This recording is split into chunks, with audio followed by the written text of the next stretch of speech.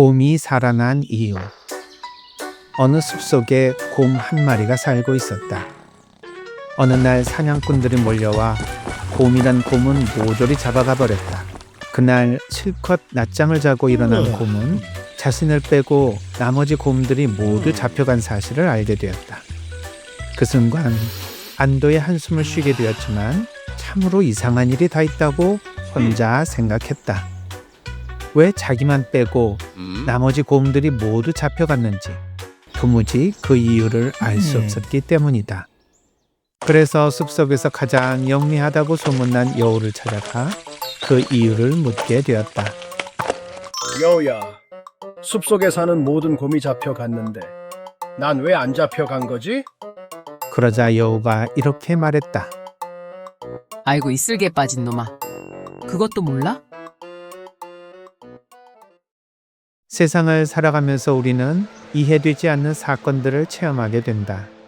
특히 긍정적 사건보다는 부정적 사건을 접했을 때 우리는 그 이유와 원인을 더 궁금해할 가능성이 높다.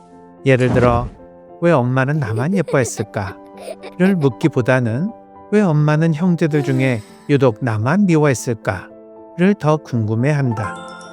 마찬가지로 이 사람은 왜 나를 사랑할까? 라는 질문보다는 왜 이 믿었던 사람이 나를 배신하고 떠났을까?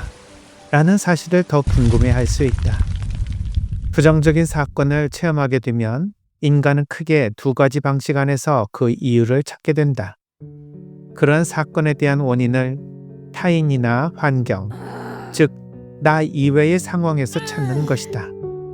이것을 심리학에서는 외부 귀인이라고 한다. 예를 들어 엄마는 심리적 장애가 있어서 나를 차별 대우한 거야. 그 사람에게 딴 사람이 생겨 나를 배신하고 떠나버린 거야 라고 생각하는 것이다. 두 번째 방식은 부정적 사건에 대한 이유가 바로 자기 자신 안에 있다고 생각하는 것이다. 이것을 내부 귀인이라고 한다. 예를 들어 내가 못났으니까 엄마는 나를 싫어하는 거야.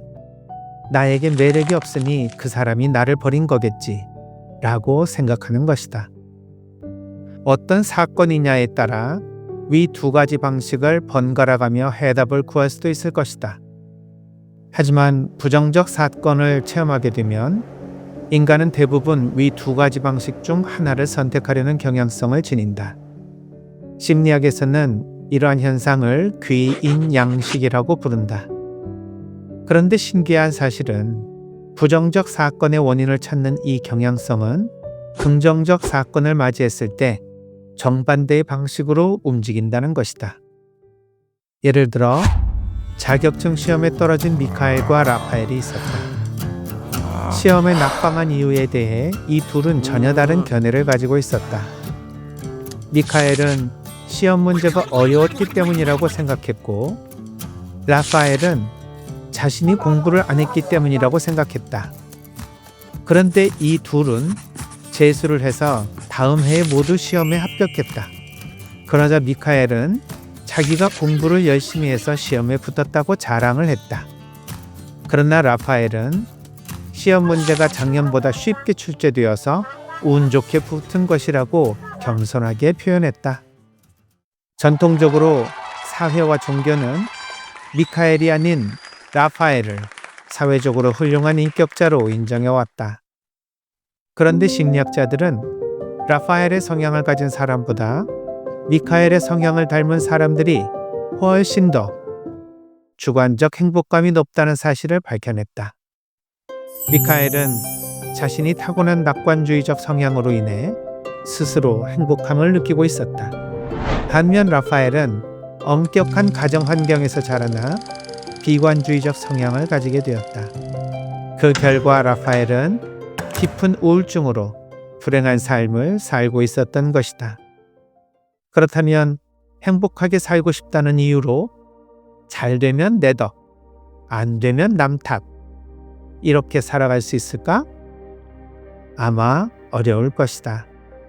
좋은 일은 남의 공으로 돌리고 안 좋은 일은 자신의 탓으로 돌려야 인격자로 인정받는 사회이기 때문이다. 이제 앞의 이야기로 돌아가 보자. 생명을 건진 곰이 자신에게 좋은 일이 일어난 이유를 궁금해했다. 이 곰이 라파엘을 닮았다면 아마 신이 자신을 살려주었거나 운이 좋아서 살아난 것처럼 생각하면서 감사했을 것이다. 하지만 너 같은 쓸개 빠진 곰을 누가 데려가겠느냐? 라는 여우의 핀잔 섞인 농담 속에는 반전이 숨어 있다. 여우의 말에는 사냥꾼이 영리한 곰을 잡아가지 너같이 멍청한 곰을 잡아갈 리가 없지 않겠느냐 하는 말로 들린다. 하지만 실제로 쓸개가 없었다는 말일 수도 있다. 쓸개즙이 필요한 사냥꾼에게는 아무 쓸모없는 곰이었기에 네가 잡혀가지 않았다는 의미가 되는 것이다.